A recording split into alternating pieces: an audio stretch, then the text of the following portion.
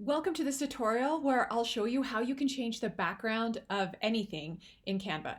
So here I am in this invitation. If I click on this on the background here, you can see that my background here is highlighted in purple. And then I can come over here and click on this background color button, and I can choose all of these colors. These are default loaded in, and there's gradients here at the bottom, which is really fun.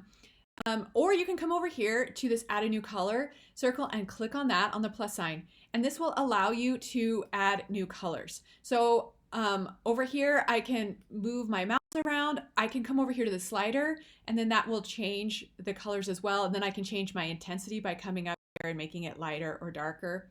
So because this is a boys one, I think I'll come over here and make it a little bit of a blue. Now I can also change my gradients here with the same idea. I can just come in here, change the color. Oh, it just added into the color box. As I change the colors, it will also change it here in my gradients. So you can come around in here and play with it. Let me click out there. Now go back to solid color and see what it is that you like. Now you can also add a texture to your background. So what you want to do is come over here to this Elements tab. Now some elements are free and some elements are pro. And I can show you how to know the difference. So I'm in my Elements tab and I'm going to search for a watercolor background. And everything that comes up here with this little crown means that it's pro. So if you have a pro account, you can use it. But if you don't have a pro account, they'll ask you to pay for it.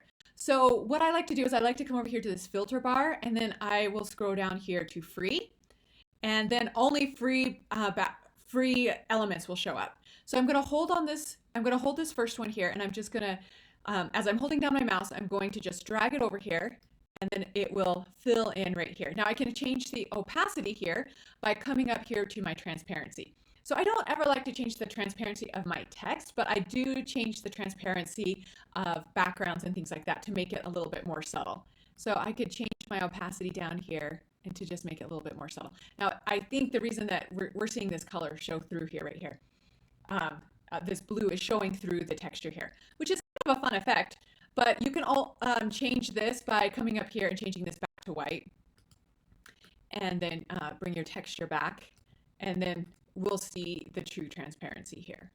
So anyway, it's really fun. Play around with it. You can always get rid of this by just clicking on the background again, hitting delete, and it's gone. So this is a really fun way to